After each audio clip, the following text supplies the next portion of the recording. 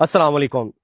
आज थोड़ी सी होगी अजरा के हवाले से और इस एचआरडी के सिस्टम के हवाले से बातचीत होगी।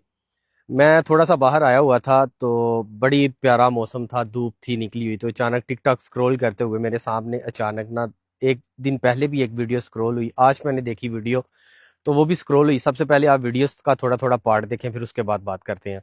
एक अदारा आपको ये एहसास दिलाए कि हम वाकई काम करने के लिए तैयार हैं और हम काम कर रहे हैं और दिन रात इस मसले को हल करने की कोशिश कर रहे हैं और हमारी आंखों के सामने मीटिंग और इक़दाम नजर आते हैं, तो फिर हमारा मकसद भी यही होता है कि अदारा काम पर फोकस करे। जब वो मसाइल को टेक ओवर कर लेते हैं और चीजों को बेहतर करने लगते हैं तो फिर हर वक्त तनकीद करना भी दुरुस्त नहीं।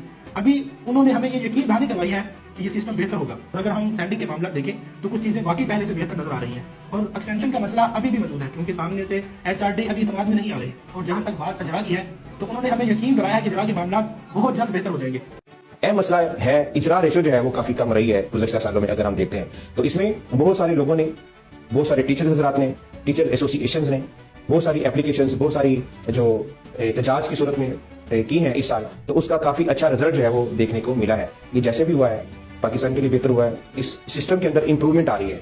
पहले क्या होता था, सेंडिंग प्रॉब्लम थी, अप्रूवल की प्रॉब्लम थी, 6 माह तक सेंडिंग नहीं हो रही थी, अप्रूवल नहीं हो रही थी, बच्चे वेटिंग में थे, इंतजार में थे, ज़हनी दबाव का शिकार थे। तो इस साल देखने को मिला है कि सेंडिंग्स प्रॉब्लम सॉल्व की गई हैं, अप्रूवल्स हो चुकी हैं काफी की सारी स्टूडेंट्स की।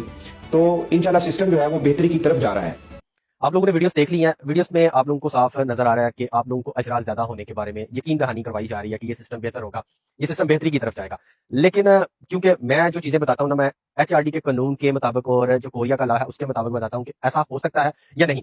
सबसे पहले अजीम भाई की बात कर लेते हैं। अजीम भाई को असल में इस सिस्टम का पता नहीं है, जो लोग आप लोग बताएंगे उनको वही चीजें सारी सामने आएंगी। तो उनका जो मौकफ था वो कुछ और था, अभी जो है ना वो उनका कुछ मौकफ जो है ना वो और है। ये मैं नहीं कह रहा, कुछ लड़के कह रहे हैं, लेकिन उनकी जो वीडियो में वो चीज कह रहे हैं कि अजरा की रेशो जो है ना वो इन फ्यूचर बेस्ट हो जाएगी, एक्सटेंशन मिल जाएगी। तो अजीम भाई आप लोगों को भी बताता चलूं और साथ में जो मुझे देखने वाले हैं उन लोगों को भी बताता चलूं कि ऐसा कुछ भी नहीं होने वाला। अब जो डंडोरा पीटा जा रहा है जी, सेंडिंग बहुत ज्यादा फास्ट हो गई है, अप्रूवल बहुत ज्यादा जल्दी हो गई है, ऐसा बिल्कुल भी नहीं है। सेकंड वीडियो में भी आप लोगों ने देखा कि वो ये भाई मुझे नहीं पता कौन है, शायद आई थिंक मैं इनका नाम मेरे ज़हन से निकल गया, महबूब साहब है शायद, इनका नाम महबूब नाम है इनका शायद, आई थिंक ये भी टीचर है कोरियन लैंग्वेज के, महबूब साहब है अगर इनका नाम राइट है। तो फिर पहली बात तो यह है कि जो सेंडिंग की बात कर रहे हैं अजीम भाई भी और आप भी और भी बहुत सारे लोग कह रहे हैं जी सेंडिंग बहुत फास्ट हुई है। 1000 बंदा था, 1000 बंदे की सेंडिंग कितने दिन में हो जाती है मुझे ये बता दें। चलिए एक क्वेश्चन दे दें, अगर 1000 बंदे की सेंडिंग भी जो है ना वो 5 से 6 महीने या 7 महीने लग की होनी थी तो फिर तो अल्लाह ही हाफ़िज़ है फिर इस सिस्टम का ना। अब ये जो 1000 बंदे की सेंडिंग है 1 वीक के अंदर अंदर हो जाती है, लेकिन 1 वीक के अंदर नहीं हुई, ये सेंडिंग्स बहुत ज्यादा लेट हुई है। क्योंकि चले वो तो एक चीज समझ जाती है कि लोगों ने रोस्टर फॉर्म लेट जमा करवाए एक तरतीब के हिसाब से, लेकिन फिर भी उस हिसाब से इतनी ज्यादा फास्ट नहीं हुई जितनी ज्यादा होनी चाहिए थी। सेंडिंग होगी, चले 1000 बंदे की बड़ी फास्ट सेंडिंग होगी। सेंडिंग का क्या तलक है, ये तो उनकी लाइबिलिटी है, उन्होंने करनी करनी है, इसमें तो आप कुछ भी नहीं कह सकते, वो तो करनी थी, 1000 बंदे की फास्ट होनी थी। अब क्या अप्रूवल हुई है, उन्हें 1000 बंदे की अप्रूवल हो चुकी है, उनकी सबकी मंजूरी हो चुकी है? नहीं हुई। अभी अगर लास्ट ईयर्स में देखा जाए तो चंद लोगों की मंजूरियां हुई हैं, बाकी बहुत सारे लोग अभी मंजूरियों में बैठे हुए हैं। 2024 वाले भी अभी मंजूरी में सेकंड रोस्टर में बैठे हुए हैं, 2025 वाले जो है वो तो अभी आए, अभी तो उनकी चंद लोगों की मंजूरी है, चंद लोग तो अभी बहुत ज्यादा लोग बैठे हुए हैं। तो बाई चांस सिस्टम ये बेहतर नहीं हो सकता। अजरा की रेशो का जो लॉलीपॉप लोगों को दिया जा रहा है, कोई बंदा भी आप लोगों के अजरा नहीं बढ़ा सकता और ना ही बढ़ाएगा और ना ही बढ़ेंगे। जब तक आप लोग जो कोरिया आ रहे हो, आप लोग नहीं चाहोगे, आप लोग यहाँ पे हार्ड वर्क नहीं करके दोगे, तब तक आपका कोई भी जो है ना वो बंदा अजरा की रेशो नहीं बढ़ा सकता। सिस्टम ठीक हो गया, सिस्टम ठीक हो गया, कहां पे ठीक हुआ भाईजान?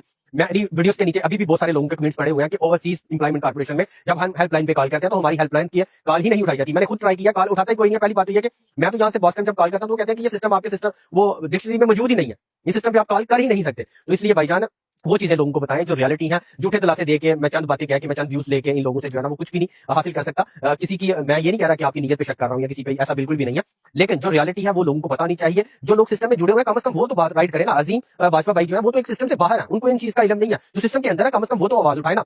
मेरी टीचर एसोसिएशन का भी नाम लिया गया था इस वीडियो में। मेरी उनसे हम्बल रिक्वेस्ट है कि आपने एसोसिएशन बनाई है तो उसका अभी तक जो है ना वो कुछ मेरे ख्याल में कोई चीजें वाजिया नजर नहीं आई। सेंडिंग की ही बात की जा रही है, तो सेंडिंग के अलावा रिक्वेस्ट है कि जो बच्चे अभी 2023 वाले हैं इनकी एक्सटेंशन की बात की जाए। सबसे ज्यादा इनका मसला बना हुआ है, इनकी एक्सटेंशन की बात करें। आपने एक प्लेटफॉर्म बनाया है तो इस प्लेटफॉर्म का राइट यूज करके जो है ना वो उसका इस्तेमाल करते हुए इन बच्चों के लिए आवाज उठानी चाहिए। दूसरे नंबर पे जो बात की जा रही है जी हेल्पलाइन की, जब टीचर एसोसिएशन बनी थी उस वक्त मुझे पता है कि जहां तक मुझे याद पड़ता है कि आप लोगों ने कहा जी हम हेल्पलाइन डेस्क जो है ना वो फौरन जो है ना इसका हल करवाएंगे, लेकिन अभी तक देख ले हेल्प डेस्क नहीं बना और ना ही लोगों की हेल्प डेस्क पे कोई कॉल उठाई जाती है। मैंने तो आज तक नहीं देखा कि किसी की उठाई गई हो। वीडियो काफी लंबी हुई है, लेकिन मैं जितने भी लोग इस सिस्टम में आ रहे हैं या आ चुके हुए हैं मैं सिंपल सी बात करूंगा भाईजान, लॉलीपॉप है, जितना मर्जी इसको जो है ना वो लंबा खींचते चले जाए, लेकिन जो हकीकत है वो ये है कि ये सिस्टम ऐसे ही चलेगा, इसमें कोई बेहतरी नहीं आने वाली। ना आप लोगों को 23 वालों को एक्सटेंशन मिलनी है, ना किसी ने दिलवानी है। जो भी रूल्स एंड रेगुलेशन आते हैं 17 कंट्रीज के लिए आते हैं। ये मेडिकल की छूट दी गई है, किसी का इसमें बड़ा पानी है, ये 17 कंट्रीज को दी गई है। उसके बाद अजरा की रेशो आपका कोरिया का सदर भी चाहे तो फिर भी नहीं बढ़ा सकता। अगर आप इस वक्त ट्रंप को भी कह लेना, अमेरिका के सदर को भी, कि हमारे अजरा की रेशो बढ़ा दे, तो वो भी नहीं बढ़ा सकता। यासन इकबाल के पास जाने पे या किसी मिनिस्ट्री के पास जाने से आप लोगों के अजरा का कोई तल्लुक नहीं है।